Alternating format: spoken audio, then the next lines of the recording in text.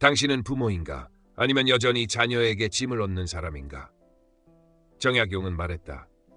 참된 사랑은 말하지 않는 것에서 시작된다. 오늘 당신이 마주할 이야기는 흔한 훈계나 교훈 따위가 아니다.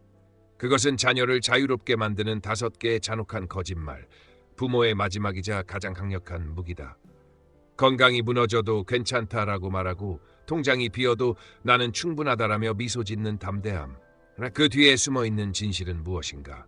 지금부터 당신이 알던 효도의 정의는 무너질 것이며 부모의 언어 하나가 자녀의 삶을 어떻게 바꾸는지 뼈저리게 깨닫게 될 것이다. 준비됐는가? 이 글은 당신의 심장을 정면으로 겨눌 것이다. 부모와 자녀 사이에 진짜 필요한 것은 때때로 거짓말이다. 이 단어가 불편하다면 바로 그 불편함이 출발점이다. 여기서 말하는 거짓말은 사실을 왜곡해 이익을 취하는 기만이 아니다. 정약용이 깨달은 사랑의 윤리, 곧 말을 덜어 짐을 덜어주는 절제의 기술이다. 부모의 언어는 언제나 무겁다. 사소한 푸념 한 줄이 자녀의 하루를 바꾸고 무심한 표정 하나가 그들의 내일을 움츠러들게 만든다. 그래서 부모의 말은 사실 여부 이전에 효과를 먼저 따져야 한다. 이 말이 아이의 선택을 좁히는가 넓히는가, 죄책감을 키우는가, 평온을 주는가, 자유를 빼앗는가, 용기를 불어넣는가. 정약용의 통찰은 간명하다. 사랑은 때로 말하지 않음으로 증명되고 숨김은 상대의 마음을 보호하기 위해 선택될 수 있다. 이는 회피가 아니라 책임의 다른 방식이다. 감정을 자녀에게 전가하지 않고 스스로 전환하는 훈련, 바로 그 성숙이 부모의 격을 만든다. 현대의 삶은 복잡하고 빠르며 관계는 과부하 상태다. 이때 부모가 불안, 피로, 섭섭함을 말로 흘리는 순간 자녀는 보이지 않는 빚을 진다. 반대로 부모가 언어를 다스리면 자녀는 심리적 안전지대를 얻고 관계는 품위를 갖는다. 그러므로 우리는 거짓말의 원칙을 재정의해야 한다. 첫째, 사실을 무조건 공개하는 것이 진실성이 아니다. 상대에게 불필요한 고통을 과잉 전달하지 않는 것이 성숙한 진실성이다. 둘째, 숨김은 책임 회피가 아니다. 스스로 감당하고 해결하려는 의지와 능력이 있을 때만 정당하다. 셋째, 미화도 과장도 금물이다. 간결한 확언, 단단한 억양, 안정된 표정, 절제된 디테일, 이 4가지가 자녀에게 안전 신호를 보낸다. 넷째, 타이밍이 전부다. 감정이 가라앉기 전의 언어는 언제나 과하다. 시간을 두고 다듬은 말만 입 밖으로 내라. 다섯째, 경계선은 분명히 그어라. 숨겨도 되는 것은 감정의 무게이지 타인의 권리를 침해하는 사실이나 법적, 도덕적 책임이 아니다. 이런 규율 아래에서의 거짓말은 사랑의 설계다. 부모가 자기 감정을 스스로 소화해 평온으로 전환하는 모습을 보여줄 때 자녀는 회복 탄력성을 배운다. 부모가 불안을 견디는 법을 몸으로 가르칠 때 자녀는 위기 앞에서 선택의 자유를 잃지 않는다. 결론은 명확하다. 오늘부터 부모의 언어를 다시 설계하라. 말하기보다 의도를 먼저 점검하고 사실보다 영향을 먼저 평가하라. 내가 감당함으로써 너를 자유롭게 한다는 각오로 침묵과 숨김을 사랑의 기술로 승격시켜라. 이것이 다음 분절에서 이어질 실천의 토대이며 부모가 자녀에게 남길 수 있는 가장 강력한 유산이다. 부모가 나이 들어 자녀를 마주하는 순간 마음속에서는 수십 개의 목소리가 동시에 일어난다. 안부를 묻고 조언을 건네고 그간 쌓인 서운함을 토로하고 아픈 곳을 하소연하고 돈 이야기까지 꺼내고 싶은 충동이 한꺼번에 몰려온다. 바로 이 혼재가 부모의 가장 큰 내면 갈등이다. 그러나 성숙한 부모는 이 갈등을 자녀에게 투사하지 않는다. 정약용이 깨달은 바 부모의 마지막 사랑은 자녀의 마음을 가볍게 해주는 것, 곧 자녀의 자유를 지키는 데 있다. 그러려면 부모는 만남 이전에 스스로에게 질문해야 한다. 이 말을 꺼내면 아이의 하루가 무거워지지 않는가? 이 정보가 아이의 선택을 제한하지 않는가? 이 표현이 걱정, 책감, 불안을 유발하지 않는가? 이어서 감정과 사실을 분리한다. 사실은 기록해두고 감정은 스스로 소화한다. 감정은 나의 문제로 책임을 묻고 사실은 아이에게 필요한가라는 기준으로만 선별해 말한다. 의도 역시 점검한다. 도움을 가장한 통제는 아닌가? 걱정을 포장한 간섭은 아닌가? 위로를 빙자한 푸념은 아닌가? 말을 하기로 결정했다면 원칙은 단순하다. 짧게, 구체적으로, 요구가 아닌 정보로, 강요가 아닌 선택권으로 전달한다. 이렇게 해라가 아니라 이런 선택지도 있다. 판단은 내가 해라. 표정과 억양은 평온해야 한다. 불안한 표정은 단어 10줄보다 더 깊게 상처를 남긴다. 타이밍은 냉정하게 고른다. 아이가 피곤하거나 급한 상황, 중요한 전환기에는 무거운 이야기를 삼간다. 만남의 목적도 재설정한다. 자녀를 평가하거나 교정하러 가는 것이 아니라 자녀의 자율성을 확인하고 지지하러 간다. 내 말로 아이를 바꾸겠다는 환상을 버리는 순간 관계는 존중 위에 다시 선다. 그 다음은 분량 관리다. 만남 한 번에 모든 의제를 쏟아붓지 않는다. 한 번의 대화에는 하나의 메시지만, 그리고 그 메시지는 사랑과 신뢰라는 바탕 위에 올려둔다. 듣기의 기술도 훈련한다. 아이의 말 중 사실, 감정, 욕구를 구분해 듣고 재진술로 안정감을 준다.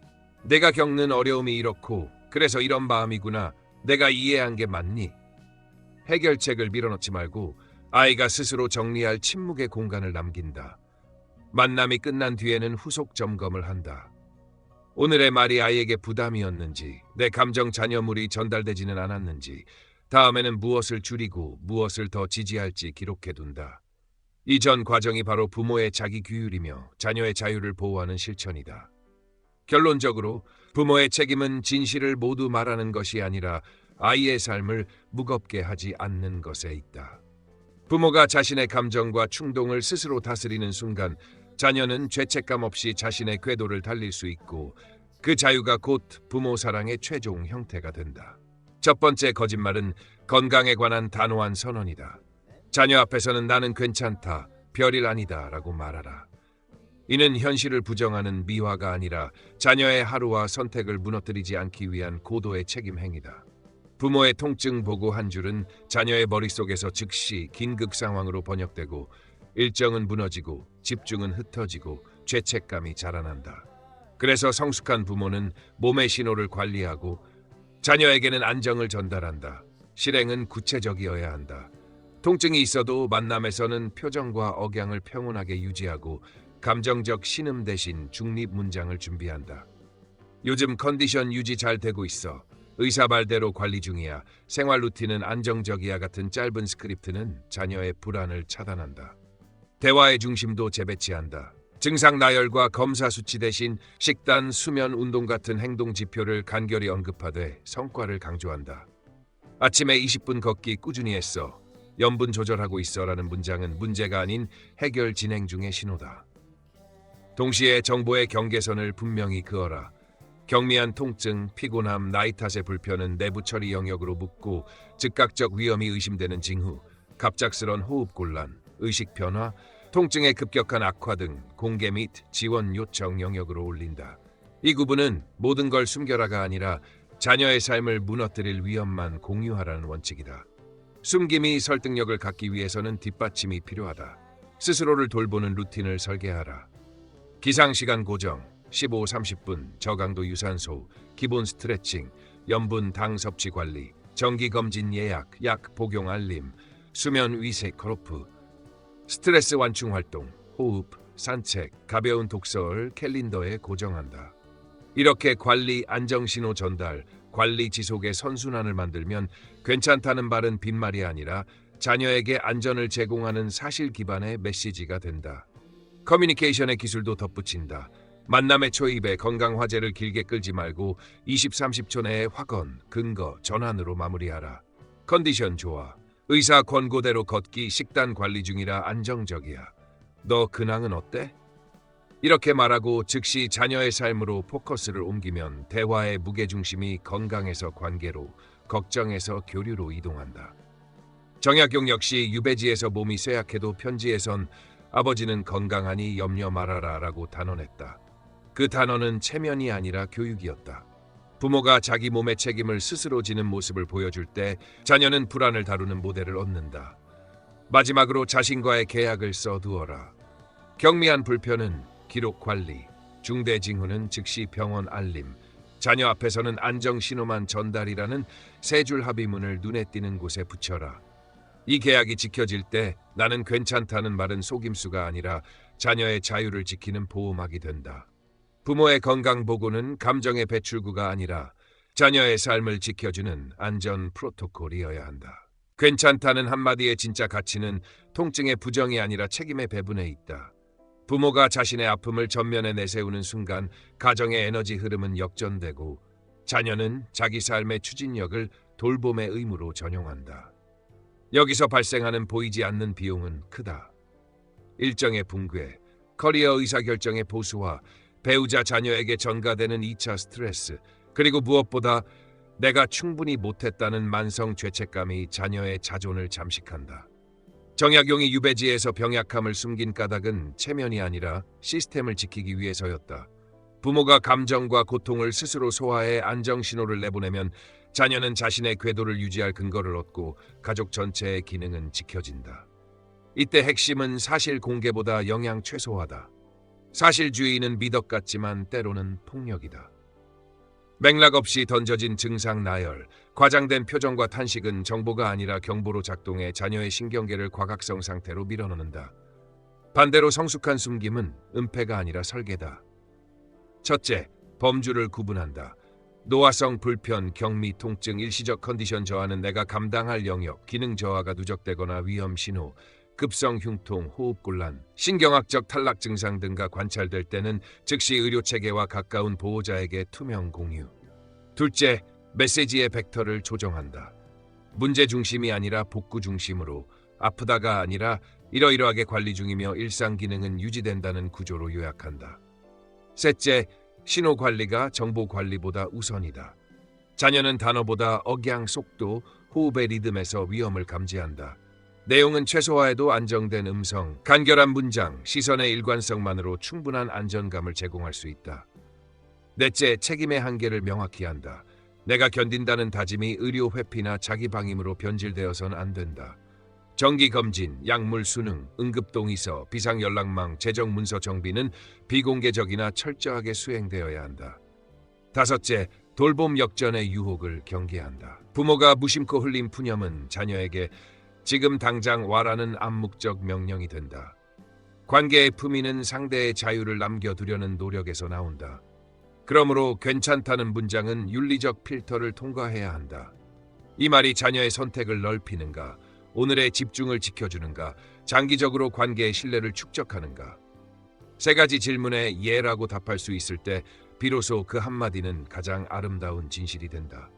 결론적으로 건강을 둘러싼 부모의 절제는 체념이 아니라 통제이고 숨김은 비겁함이 아니라 배려의 고급 기술이다.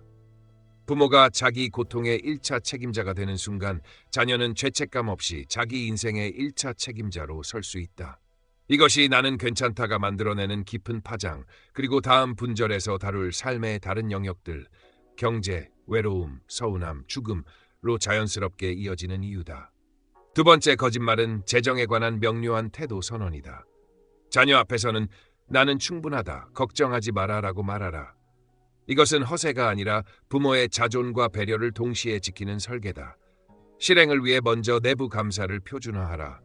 월 단위로 들어오는 현금 흐름, 연금 이자, 소액 근로, 기타 수입, 고정 지출, 주거 공과금, 통신, 보험, 필수 구독, 변동 지출, 식료통, 의약, 소소한 여가, 비정기 지출, 경조사, 세금을 목록화하고 생활 최소 비용과 선택 비용을 분리한다. 다음으로 비상자금 규율을 세운다. 생활 최소 비용 기준으로 육성율 비개월 범위의 현금성 안전망을 확보하고 접근이 쉬우면서도 원금 변동성이 낮은 그릇에 둔다. 자동이체로 고정 지출을 선처리하고 변동비는 주간 단위 봉투 예산, 식비, 교통, 여가, 경조사로 쪼개 과소비의 여지를 구조적으로 차단한다. 의료비는 예측 가능한 리스크로 취급한다. 정기검진 일정을 고정 캘린더화하고 보장 범위, 자기부담 구조, 갱신 조건을 매년 점검한다. 생활은 단순화하라. 유지비가 낮은 취미, 도보, 독서, 정원, 공공문화를 12개만 선택하고 구독 멤버십은 체류 시간 대비 효용이 낮으면 과감히 해지한다. 식단은 계절, 근거리, 단품 위주로 표준화해 장보기의 변동성을 낮추고 의복 가전은 교체 주기를 명문화하여 충동 구매를 원천 봉쇄한다. 이처럼 숫자의 질서를 갖춘 뒤에야 나는 충분하다는 문장이 실체를 가진다. 커뮤니케이션은 3문장 규칙으로 끝낸다. 확언, 생활은 안정적이야. 근거, 필요한 건 자동 관리 중이고 비상자금도 마련했어. 전환, 너는 요즘 어디에 집중하고 있니? 자녀가 용돈 드릴까요? 라고 물을 때는 감사 경계에 전환으로 답하라. 고맙다. 정말 괜찮다. 너희 우선으로 써라. 내 계획이 궁금하다. 정기 지원 제한은 관계를 채권 채무정으로 오염시킬 위험이 있으니 정례화된 금전 흐름은 정중히 거절하고 드물게 있는 기념 경사 이벤트의 선물은 마음을 존중하며 소액 일회성으로만 받는다. 말의 디테일도 정비하라. 그냥 좀 빠듯해 같은 모호한 신호, 다른 집은 매달 보낸대 같은 비교 유도. 괜찮다. 뒤에 붙는 한숨과 침묵은 모두 숨은 청구서다. 반대로 생활비 구조 정리했고 다음 달 의료비 예산 반영했어. 걱정 말고 너 일에 집중해와 같은 구조적 문장은 불안을 차단한다. 단 경계선은 분명히 그어라. 생계의 연속성이 깨질 위험, 주거 상실 위기, 필수 의료비 즉시 납부, 법적 재정적 중대 사안의 트리거 리스트를 미리 정하고 그 임계치에 도달하면 지연 없이 사실, 금액, 기간 요청 형태, 대출, 보증이 아닌 구체적 액션을 명료하게 공유한다. 평시에는 재정 다이어리를 통해 스스로 점검하고 월 1회 잔액, 예산, 비상자금 충전율 고정비 점검, 그 내용은 자녀에게 전송하지 않는다. 대신 만남에서는 돈 이야기를 관계의 화제로 대체한다. 이번 달 독서 리스트가 이렇게 변했어. 산책 루트를 바꿨더니 수면의 질이 좋아졌어 같은 문장으로 대화를 재배치하라. 생활 현장은 절제로 증명하라. 집안의 수납, 전선, 구독, 장보기 루틴을 간결하게 유지하고 필요한 것은 적시해, 불필요한 것은 즉시 비워 현금 흐름의 마찰을 줄인다. 마지막으로 자기에게 정한 원칙을 써붙여라. 나는 숫자로 평온을 만든다. 정기적 점검은 나의 책임이다. 자녀 앞에서는 충분함만 말한다. 임계치에 도달하면 즉시 구조화에 요청한다. 정약용이 궁핍 속에서도 검소하니 염려 말라고 단언했듯 부모의 나는 충분하다는 체면이 아니라 구조이며 그 구조 위에서만 자녀는 자신의 삶을 후퇴 없이 전개할 수 있다. 두 번째 거짓말의 진짜 힘은 빈지갑을 감추는 얕은 연극이 아니라 가족 시스템에서 의무의 화살표를 바꾸는 데 있다. 부모가 나는 충분하다라고 단호히 프레이밍하는 순간 자녀의 뇌는 즉시 생존 모드, 부모 부양 커리어 축소 회피에서 성장 모드, 집중 도전 장기 설계로 전환된다. 경제 불안은 보이지 않는 주의력 세금을 부과한다. 부모의 한숨 한 번, 통장 잔액 얘기 한 줄이 자녀의 분기 목표를 흔들고 승진, 이직, 창업 같은 결정에서 보수적 선택을 강제한다. 반대로 부모의 충분 선언은 자녀의 심리의 옵션 가치를 복원한다. 위험을 감수해도 가정이 무너지지 않는다는 확신, 그 확신이야말로 부모가 줄 수 있는 최고의 무형 자산이다. 이때 거짓말은 내용보다 메타 메시지가 중요하다. 나는 내 삶을 스스로 경영 중이다. 너의 자원은 너의 미래에 먼저 쓰여야 한다. 이를 구현하는 대화 기술로 에이스 프레임을 사용하라. Assurance 안심, 생활은 안정적이야. 한정, 필요가 생겨도 범위 기간을 내가 먼저 정리할게. Empowerment, 너는 내 계획에 전력 투구해라. 말의 힘은 신호의 일관성에서 배가 된다. 과시 소비는 금물이지만 결핍 퍼포먼스도 금물이다. 낡은 지갑을 일부러 흔들며 도움을 유도하는 감정 대출은 관계의 신용 등급을 갉아먹는다. 검소는 선택이고 자립은 태도다. 깔끔한 생활, 예측 가능한 루틴, 불필요한 구독의 과감한 정리 같은 디테일이 정말 충분하구나라는 신뢰를 만든다. 거절 프로토콜은 단계적으로 설계하라. 즉시 감사, 마음이 정말 고맙다. 안정 신호, 생활 구조가 탄탄해서 괜찮다. 쌈 한정 선언, 정말 필요하면 금액, 기간, 용처를 명확히 해서 먼저 말하겠다. 전환, 너는 이번 분기에 무엇에 집중하니? 제안이 반복될 때는 메타 대화를 연다. 너의 호의를 압니다. 그러나 우리 관계의 핵심은 돈의 왕복이 아니라 서로의 성장을 지지하는 것입니다. 나는 충분하다는 신호를 계속 보낼 거야. 형제 자매 변수도 중요하다. 소득이 높은 자녀의 몰래 지원을 수용하면 가게는 잠시 편하나 관계는 장기적으로 균열된다. 원칙은 단순하다. 정기적 금전 흐름은 받지 않는다. 부득이하게 받는다면 프로젝트형, 기한형, 공개형으로만 수용한다. 예, 이번 달 치과 임플란트 자기부담금 일부 3개월 분납 전공유. 비공개 정례 지원은 형평성, 신뢰, 자유를 동시에 훼손한다. 비교 언어는 즉시 금지하라. 다른 집은 매달 드린대라는 문장은 자녀에게 보이지 않는 청구서를 발행한다. 또한 장문의 하소연, 긴 한숨, 무건의 압박은 모두 비언어 청구서다. 경제 대화의 무풍지대를 설정하라. 만남과 통화에서는 돈을 의제로 올리지 않고 분기 1에 필요한 범위에서만 부모가 주도해 짧게 브리핑한다는 원칙을 미리 합의한다. 그러나 평시에는 그마저도 생략하는 것이 최선이다. 다른 시나리오별 대응도 준비하라. 자녀가 대출 보증을 요청할 때 관계와 재물을 분리하는 것이 우리 가족 규칙이야. 응답은 항상 너. 큰 선물을 주려 할 때 그 마음은 기념일의 소액 일회성으로만 받겠다. 생활비를 정기 송금하겠다는 제안. 너의 미래 현금 흐름을 훼손하는 구조는 받지 않는다. 경제난을 겪는 자녀에게 부모가 먼저 도우려는 충동이 들 때도 자녀 자립 우선 원칙을 기억하라. 도움은 교육, 기술, 이직 준비 같은 소득 창출 역량에 한정하고 금전은 프로젝트형, 기한형으로 제한한다. 마지막으로 이 거짓말의 철학적 효과를 명확히 하자. 나는 충분하다는 선언은 자녀의 죄책감을 제거하고 장기 의사결정의 자유도를 확대하며 가족 내 역할 경계를 재정립한다. 정약용이 궁핍 속에서도 검소하니 염려 말라를 반복한 까닭은 체면이 아니라 자녀의 궤도 보전이었다. 부모가 스스로의 부족을 스스로 메우겠다는 태도를 지속적으로 신호할 때 자녀는 미래를 담보 잡히지 않고 투자할 수 있다.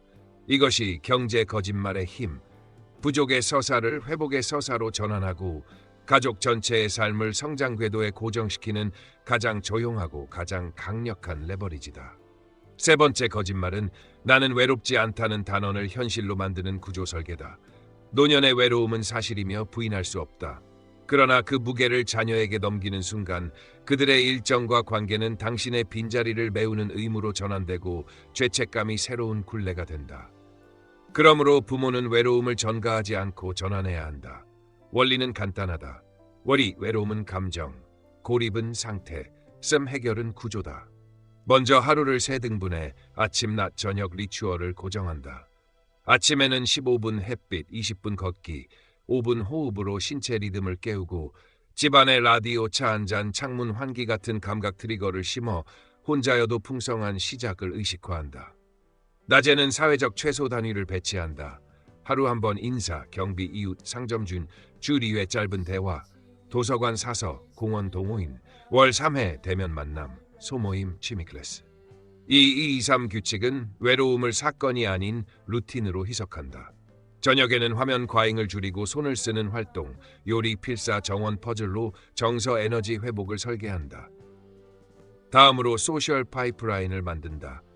근거리 동네 산책로, 전통시장, 경로당에서 얼굴 아는 사이를 확보하고 관심 기반, 독서 모임, 난초, 국궁 합창에서 함께하는 사이를 확장하며 봉사 기반, 급식, 청소, 멘토링, 재능 기부에서 필요로 되는 사이를 쌓는다. 핵심은 역할이 수혜자가 아니라 기여자가 되도록 설계하는 것이다.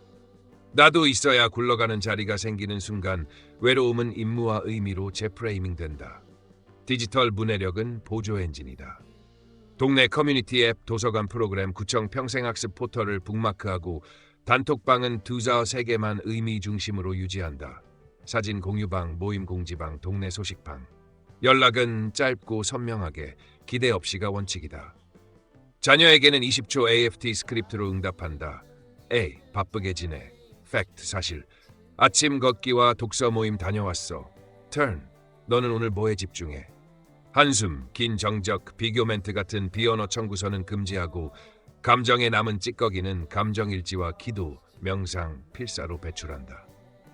집은 머무는 공간이 아니라 사는 장치여야 한다. 출입문 근처에는 산책화를, 식탁에는 오늘 읽을 책 한 권을, 베란다에는 물줄 식물을 배치해 환경이 행동을 밀어주게 하라. 식탁의 한 자리는 언제나 타인을 맞이할 수 있게 비워두되 초대는 소박하고 빈도는 낮게 유지해 부담을 만들지 말라. 만남의 목적도 재정해야 한다. 자녀를 달래려 부르는 것이 아니라 내 일상을 자립적으로 즐기는 증거를 나누는 것이다. 이번 주엔 이런 사진을 찍었고 다음 주엔 이런 전시를 보려고 해. 내가 추천할 게 있니? 이 말은 자녀를 구원자가 아니라 관객으로 초대한다. 물론 경계도 분명해야 한다. 외로움을 감춘다는 이유로 부적절한 관계나 과잉 의존에 발을 들여서는 안 된다. 비용을 숨겨가며 과잉 모임을 따라다니거나 누군가의 사적인 영역에 무단 진입하는 것은 고립을 더 깊게 만든다. 반대로 관계의 질, 빈도 원칙을 채택하라. 짧아도 따뜻한 교류 한 번이 길지만 무의미한 체류보다 낫다. 그리고 레드 플래그를 준비한다. 2주 이상 무기력, 수면, 식욕의 급격한 변화, 삶의 의욕 상실, 자신을 해치고 싶은 생각이 반복된다면 즉시 가까운 의료기관, 상담센터, 종교 공동체, 지자체 복지창구에 연결하라. 자녀에게는 전문 도움을 받고 있고 루틴을 재정비 중이라는 안정신호만 간결히 전하라. 정약용이 유배의 고독을 시독 백성과의 교류로 의미의 시간으로 바꾸어 편지에 아버지는 잘 지낸다고 썼듯 우리는 나는 외롭지 않다는 말을 연극이 아니라 사실로 만들어야 한다. 결론은 이것이다. 외로움은 느끼되 전달하지 말고 구조로 다스려라. 당신이 스스로 삶을 채우는 모습을 보여줄 때 자녀는 죄책감 없이 자신의 궤도를 달릴 수 있고 그 자유가 바로 부모가 줄 수 있는 가장 큰 선물이다. 네 번째 거짓말은 나는 서운하지 않다는 태도의 완결이다. 부모가 자녀에게 품는 서운함은 인간적이지만 그것을 드러내는 순간 자녀의 마음속에서는 즉시 죄책감 회로가 가동된다. 엄마가 외롭다 하셨는데 나는 나쁜 자식인가? 아버지가 섭섭해하시니 이번 주말엔 약속을 취소해야 하나? 이런 자기 비난은 자녀의 삶을 뒤흔들고 관계를 억지 효도로 변질시킨다. 그러므로 부모의 진정한 사랑은 서운함을 내면에서 소화하고 외부에서는 단호히 비공개하는 훈련이다. 실행의 첫 단계는 서운함의 해체다. 감정은 사실, 해석, 기대가 뒤섞여 만들어진다. 전화가 없다는 사실, 나를 무시한다는 해석, 매주 연락해야 한다는 기대, 이 세 가지를 분리하라. 사실만 남겨두고 해석은 재구성하고 기대는 현실과 조율한다. 현실적 속도를 인정하는 것이다. 자녀는 직장함, 육아, 배우자, 가족, 자기 건강과 인간관계 속에서 이미 과부하 상태다. 부모가 원하는 빈도와 방식은 이상이지만 자녀가 가능한 빈도와 방식은 현실이다. 두 사이의 간극을 결핍으로 읽지 말고 다양성으로 재명명해야 한다. 두 번째 단계는 표현의 재프레이밍이다. 만남이 늦어도 왜 이제 왔느냐가 아니라 바쁜데도 와줘서 고맙다. 전화를 놓쳐도 다른 집은 매일 한다더라가 아니라 네가 건강하게 지내는 것 같아 다행이다. 이렇게 언어의 초점을 부족에서 존재로 바꾸면 자녀는 죄책감이 아닌 안도감을 느낀다. 자녀가 안도해야 자발적 교류가 살아난다. 세 번째는 서운함의 대체 채널이다. 감정을 삼키기만 하면 독이 되므로 기록과 성찰의 회로를 만든다. 일지에 구체적 사건과 감정을 쓰고 그 옆에 자녀 입장에서의 사정을 추정해 적는다. 이번 주 생일을 잊었다. 프로젝트 마감 시기였겠지. 아이들 일정이 겹쳤겠지. 이렇게 관점을 재구성하면 감정의 강도가 절반 이하로 낮아진다. 정약용이 자녀들의 편지가 늦어도 원망하지 않고 각자의 자리에 최선을 다하고 있음을 안다라고 쓴 태도는 바로 이 관점 전환의 고전적 사례다. 네 번째는 만남의 질적 전환이다. 연락의 빈도에 집착하지 말고 한 번 만났을 때 긍정적 기억을 남기라. 잔소리와 비교 대신 따뜻한 환영과 격려를 제공한다. 잘 왔다. 수고 많았다. 단 세 마디가 자녀의 발걸음을 다시 부모에게 돌리게 만든다. 반대로 왜 늦었냐? 다른 집은 다 한다라는 말은 자녀의 발걸음을 점점 멀어지게 한다. 다섯 번째는 자기 규율이다. 서운함이 올라올 때 스스로에게 세 문장을 반복하라. 그들도 바쁘다. 그들도 최선을 다한다. 나는 그 최선을 존중한다. 이 자기 암시는 부모가 서운함을 삼킬 때 느낄 수 있는 공허를 자부심으로 치환한다. 서운함을 참는 것이 약함이 아니라 자녀의 자유를 보장하는 강함이라는 자각이 필요하다. 마지막으로 이 거짓말은 단순히 감정의 은폐가 아니라 관계의 품격 유지 장치다.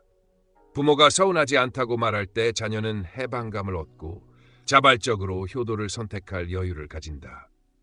억지로 만들어낸 효도는 관계를 소모시키지만 자유롭게 흘러나온 효도는 관계를 강화한다. 결국 나는 서운하지 않다는 선언은 자녀의 삶을 압박에서 해방시키고 부모와 자녀 모두를 자유롭게 하는 최고의 정서적 선물이 된다. 다섯 번째 거짓말은 나는 죽음이 두렵지 않다는 담대한 선언으로 자녀에게 공포를 전가하지 않고 평온을 전파하는 최종 기술이다.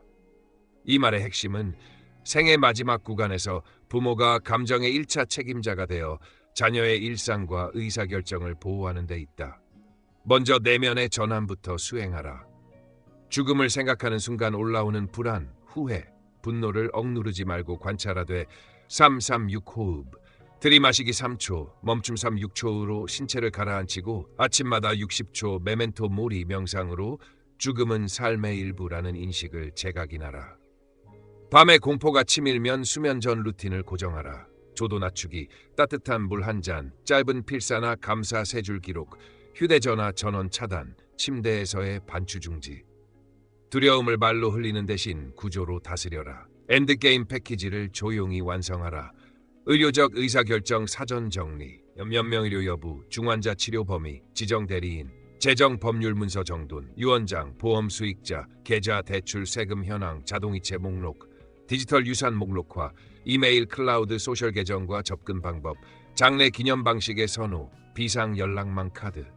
모든 문서는 한 곳에 모아 날짜를 적고 자녀에게는 필요 서류는 하나로 정리해 두었다. 당황하지 않아도 된다는 한 문장만 알려 안심 신호를 보낸다. 소통은 확언, 근거, 전환으로 짧게 끝낸다. 나는 충분히 살았고 평안하다.